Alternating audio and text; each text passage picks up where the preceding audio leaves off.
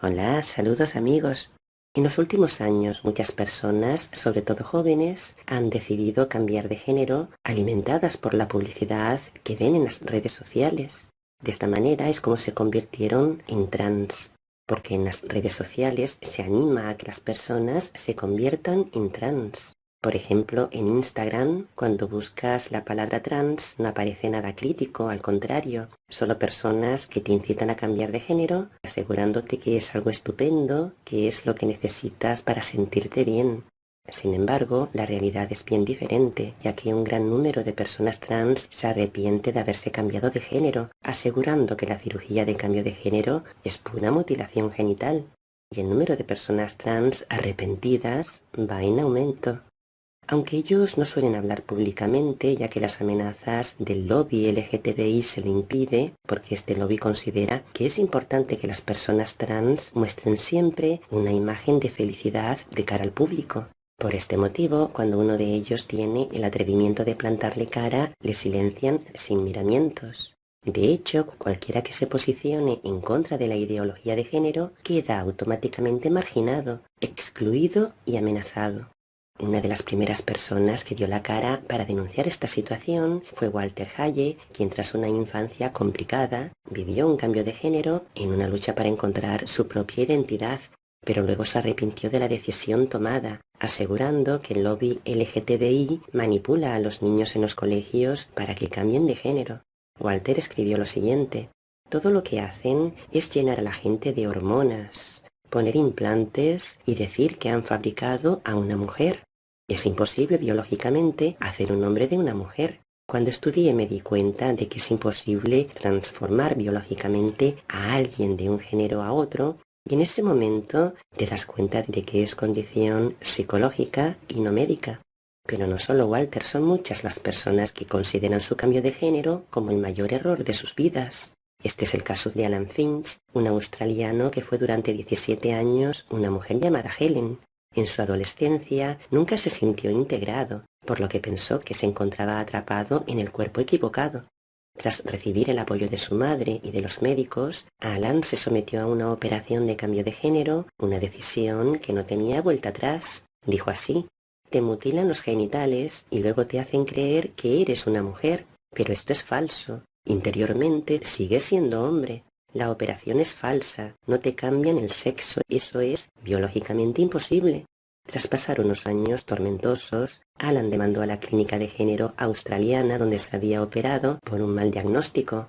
Entonces, la comunidad trans se le echó encima. Alan comenzó a recibir amenazas, llamadas de odio, siendo perseguido y humillado públicamente. Por este motivo, decidió permanecer en el anonimato.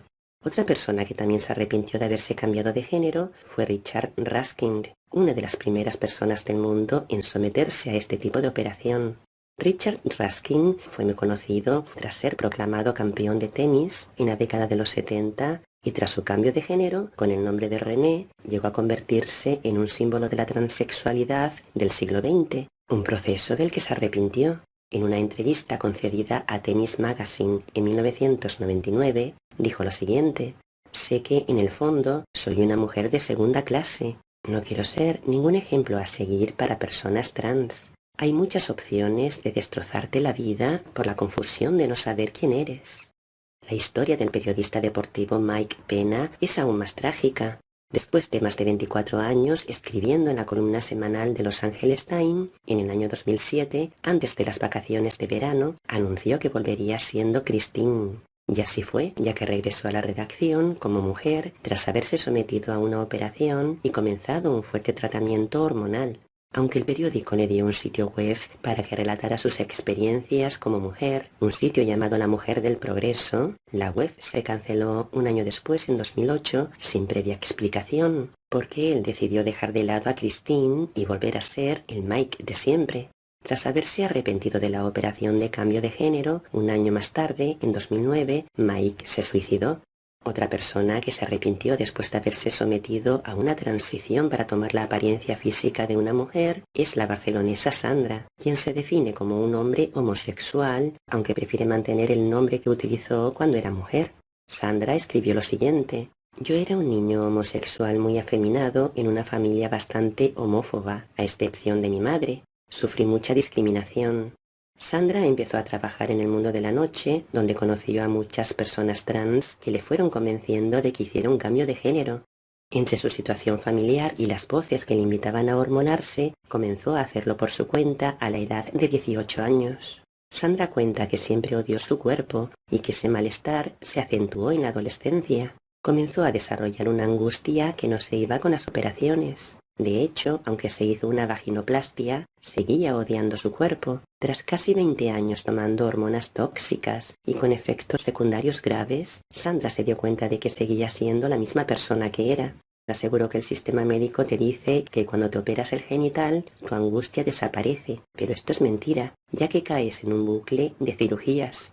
Aunque ahora entiende que la única forma de ser feliz y libre es aceptándose y no medicándose y modificando todo su cuerpo, nadie le hizo reflexionar nada antes. Los psicólogos y psiquiatras con los que habló aceptaron enseguida de manera rápida la idea de que era una mujer. Sandra se refiere a este proceso como una moda o un invento, asegurando que el negocio trans es homofobia pura y dura, que la transexualidad es homofobia. Y puso el ejemplo de Irán, país en donde si eres homosexual te matan, pero si dices que eres una persona atrapada, te cambian el género y te perdonan la vida. Sandra cree que si su vida comenzara de nuevo sería un chico homosexual y no se habría feminizado tanto.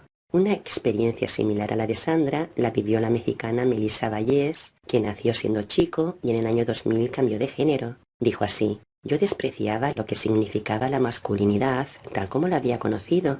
Yo no quería ser un hombre porque no me identificaba con nada de eso. Los hombres siempre me trataron mal, siempre desconfié de ellos. Su error consistió en pensar que si no quería ser hombre, tenía que ser mujer. Aunque llegó a hormonarse, tampoco las hormonas le hicieron sentirse a gusto, dándose cuenta de que se trataba de un cambio meramente cosmético, no real. De hecho, cada vez se sentía peor con su cuerpo, y la feminidad se le hizo peor que la masculinidad, odiando el maquillaje, las faldas cortas o los tacones.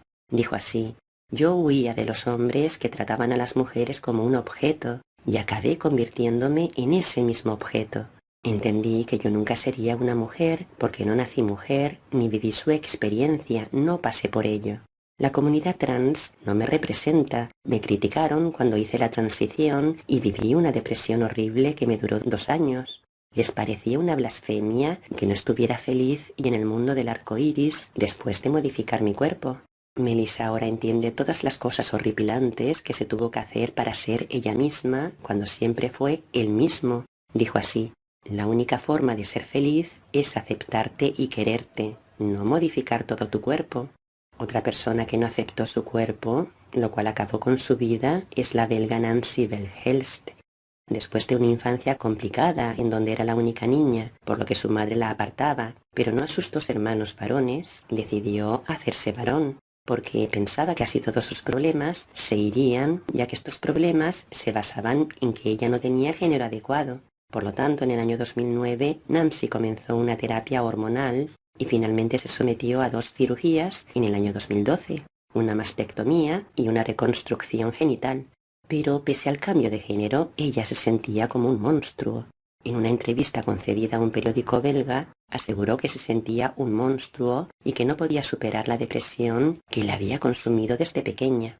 Cuando contaba con 44 años, pidió a los médicos la inyección letal, porque en Bélgica la eutanasia es legal desde el año 2002 y tan solo hace falta un escrito médico que alegue sufrimiento insoportable para que lo concedan. El día 30 de septiembre de 2013, Nancy se quitó la vida con la ayuda de los médicos. Y no es la única. En España no existe ningún estudio científico dedicado a la tasa de suicidio de personas trans. Toda la información se halla representada a través de las asociaciones como FEL-GTB, en donde se detalla que el 50% de estas personas se ha autolesionado y que hasta un 16% ha querido quitarse la vida. Pero hay otros informes que mencionan un porcentaje de un 50% de este colectivo. Y en un estudio realizado en Estados Unidos que contó con la participación de más de 20.000 personas trans, los resultados informaron que el 42% de la población comprendida entre los 18 y los 24 años, así como el 37,5% de las personas de entre 45 a 54 años, han intentado quitarse de este mundo. ¿Y quién tiene la culpa realmente? ¿Es esta comunidad, la comunidad LGTBI, una organización política altamente financiada que está causando estragos en comunidades, familias y personas en todo el planeta? Y no hay absolutamente ninguna justificación médica para proporcionar hormonas, bloqueadores de hormonas o procedimientos quirúrgicos para cualquier persona. No hay absolutamente ninguna justificación para hacer dudar a los niños y jóvenes sobre su propia identidad, aportándoles una nueva identidad que mayoritariamente terminan rechazando. Porque llega un momento en el que de tanto lavado de cerebro uno no sabe realmente ni quién es, perdiendo su identidad.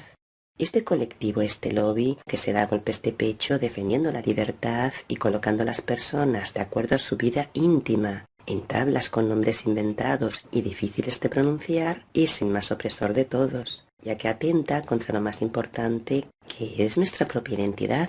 Y esa es la clave precisamente, ya que este plan oculto lo que verdaderamente pretende es crear una sociedad de personas que han perdido su identidad y que por lo tanto son fácilmente maleables, fácilmente manipulables. Además, supone un descarado ataque hacia la verdadera femineidad, así como hacia las personas homosexuales, porque lo que este lobby pretende es convertir a los homosexuales, transformarlos en mujeres. Y esto tras el lavado de cerebro pertinente. Luego no se respeta esa opción sexual. No todos los hombres agreden, pero todos los que agreden son hombres. Una trampa en la que no debemos caer. Hasta pronto, amigos.